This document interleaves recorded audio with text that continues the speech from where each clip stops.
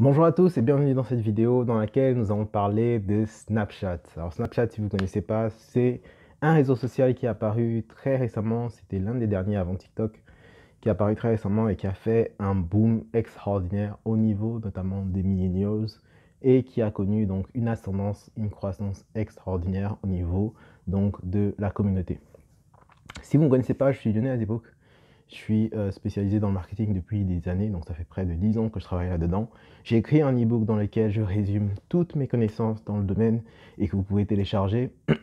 Donc concrètement, aujourd'hui, je lance cette vidéo, cette chaîne YouTube pour pouvoir vous permettre donc d'apprendre de manière totalement gratuite tous mes conseils que je propose donc chaque semaine. Donc tous les vendredis, vous retrouverez une vidéo au moins sur le sujet donc des réseaux sociaux et sur les techniques que vous pouvez aborder.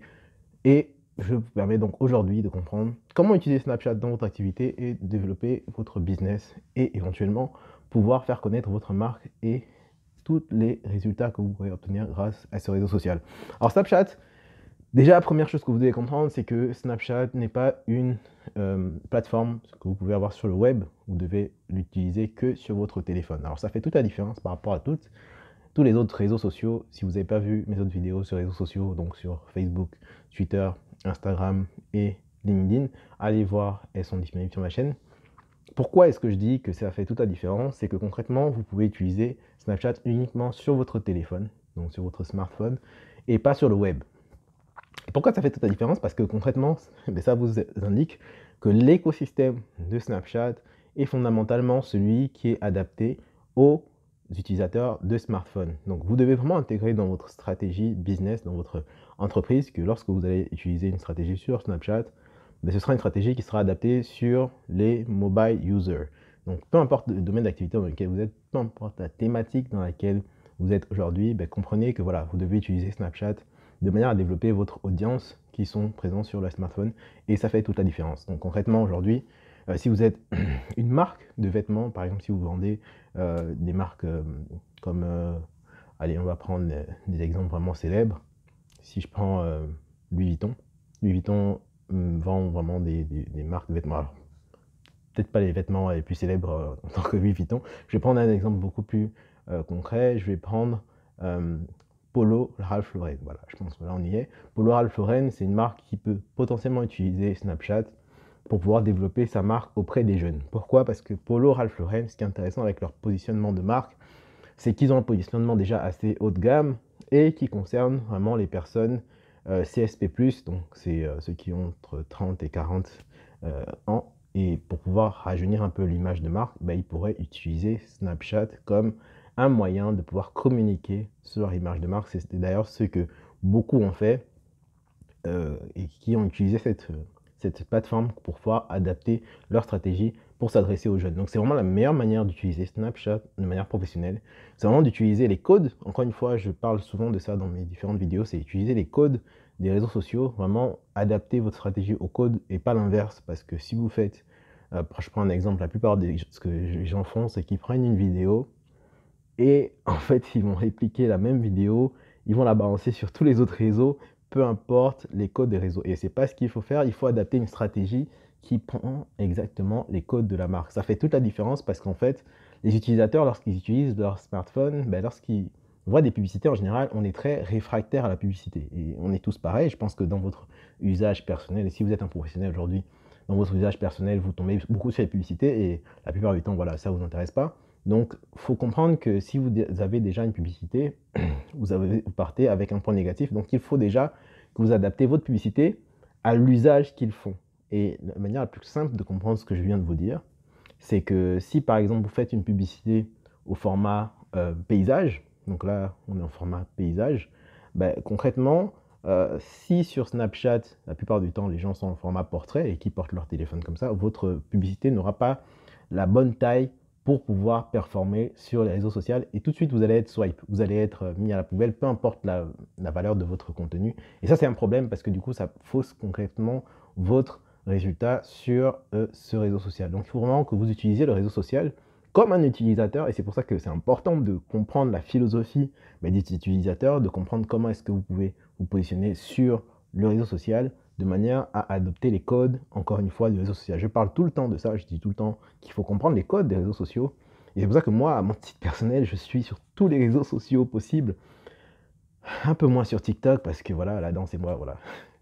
C'est une longue histoire d'amour, mais j'ai plus trop le temps. Mais en gros, concrètement aujourd'hui, voilà, vous devez vraiment comprendre que, il faut comprendre la philosophie des réseaux sociaux pour les adopter à votre stratégie business et ensuite en faire votre fer de lance pour pouvoir développer votre audience et ça rime en plus et en plus de ça, avoir des résultats concrets et vivre de votre activité en fonction de votre audience. Encore une fois, je le rappelle dans cette vidéo, je n'ai pas rappelé dans toutes mes vidéos, mais je rappelle dans cette vidéo, vous n'avez pas besoin d'être présent sur tous les réseaux sociaux. Je fais vraiment des vidéos sur tous les réseaux sociaux parce que bah, du coup, de toute manière, je suis sur tous les réseaux sociaux, j'aime bien utiliser ces réseaux, mais aussi surtout parce que concrètement, je sais que énormément de personnes bah, concrètement pensent qu'il faut être présent partout, alors qu'en fait, en faisant ça, vous êtes pour la plupart du temps trop dispersé dans votre stratégie et vous n'êtes pas performant et vous n'êtes efficace nulle part. Au final, vous n'êtes présent nulle part et on ne vous connaît pas du tout concernant votre activité. Je parlais dans l'autre vidéo, si vous n'avez pas vu celle de LinkedIn, je parlais de personal branding. C'est très important sur Snapchat également d'avoir cette stratégie de branding parce que du coup Snapchat est très relié aussi à l'image de marque. Pourquoi je dis ça? C'est parce que bah, comme sur Instagram, il y a ce petit culte de la personnalité parce que c'est le réseau social précurseur des stories. Donc les stories, je ne vous apprends pas c'est quoi, on est en 2021, donc si vous ne savez pas c'est quoi, vraiment, il y a un problème. Les stories vous permettent d'avoir donc cette volonté de pouvoir partager votre vision ou votre business en live. C'est un semi-live, hein, les stories. C'est vraiment quelque chose que vous êtes obligé de tourner. Vous n'allez pas forcément enregistrer, ou du moins si vous l'enregistrez, si vous voulez enregistrer un contenu qui vous avez tourné déjà en avance, ce ne sera pas forcément optimisé comme si vous le tourniez en live. Donc le fait d'avoir la story, ça permet quand même d'avoir un semi behind the scenes. Quand on dit behind the scenes, c'est voir les coulisses de ce que vous faites dans la vraie vie.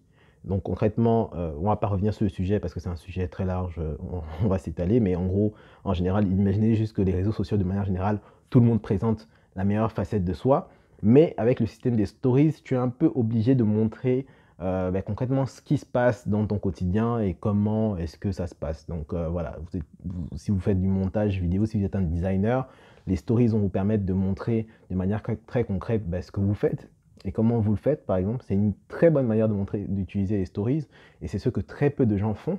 Et aujourd'hui, ceux qui le font ont beaucoup de résultats parce que du coup, ils arrivent à comprendre quels sont les codes d'utilisation des stories. Et comme Snapchat est précurseur des stories, du coup, le réseau social possède donc justement dans son ADN cette façon de présenter les choses. Donc, si vous êtes une marque, que vous voulez développer sur Snapchat, il faut comprendre cette philosophie. Il faut comprendre que vous allez venir en voulant montrer qu'est-ce qui se passe réellement dans votre business. Donc, si vous avez un business aujourd'hui et qu'il ne se passe rien dans votre business, que vous êtes un entrepreneur qui venez de commencer, ne venez pas sur Snapchat parce que vous n'aurez rien à montrer ou du moins, vous allez montrer les galères et ce n'est pas forcément très reluisant. Mais concrètement, c'est un exemple pour vous dire que c'est une des manières les plus utilisées pour les personnes qui veulent se lancer sur Snapchat aujourd'hui en tant que business, en tant que marque, sans dépenser énormément en publicité. Parce que c'est possible de faire de la publicité sur Snapchat, encore une fois, mais il faut un budget. Là, encore une fois, c'est en fonction de votre thématique. Je ne peux pas rentrer dans les détails parce que ça dépend vraiment de ce que vous voulez faire exactement. Je pourrais aborder le sujet dans notre vidéo, mais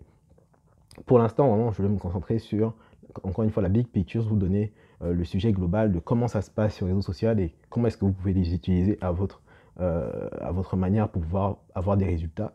Et c'est l'une des possibilités sur Snapchat, c'est vraiment de le développer comme si vous l'utilisiez à titre personnel. Par contre, ce sera vraiment pour montrer ce qui se passe dans votre business. Et il y a énormément de professionnels dans le domaine, donc d'entrepreneurs qui utilisent ça pour montrer, par exemple, je connais que quelques-uns, des blogueurs, par exemple, qui montrent les différentes behind the scenes, c'est-à-dire qu'est-ce qu'ils font au quotidien, comment ils s'organisent, comment ils montrent leur planning sur Snapchat. C'est quelque chose que vous ne montrez pas forcément au quotidien. Lorsque vous travaillez, tout court, lorsque vous travaillez, vous ne faites pas forcément des photos sur Facebook pour montrer votre calendrier ou ce que vous faites. Bon, aujourd'hui, c'est différent parce que du coup, Facebook a repris les stories, Instagram aussi, WhatsApp aussi.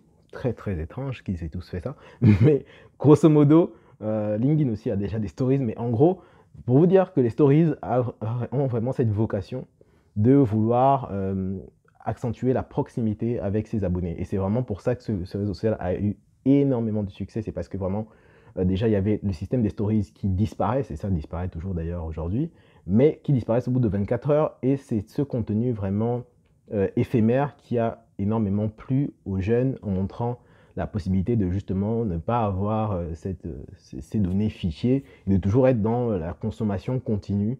Et ça épousait vraiment un besoin de vouloir vraiment répondre à cette volonté de toujours faire du contenu en continu. Et donc, je rejoins vraiment ce que je disais sur LinkedIn, c'est toujours la régularité qui va faire la différence. Donc, si vous avez un business aujourd'hui qui tourne de manière cyclique et que vous voulez développer une communauté sur Snapchat, utilisez vraiment, c'est vraiment le conseil que je peux vous donner, utilisez Snapchat comme un moyen de montrer ce qui se passe dans votre activité. Donc, montrer le comment, montrer le qui le fait, donc si c'est vous ou votre équipe, et moins le quoi. Donc, montrer moins ce que vous voulez vendre, montrer plus le comment et le pourquoi éventuellement. Donc, vraiment, c'est ce que je voulais vous montrer sur Snapchat comme possibilité. N'hésitez pas à me dire en commentaire si vous voulez avoir plus de détails sur les stratégies que vous pouvez mettre en place sur Snapchat, que ce soit payante ou que ce soit concernant l'événementiel. Il y a énormément de stratégies possibles sur ces différents domaines.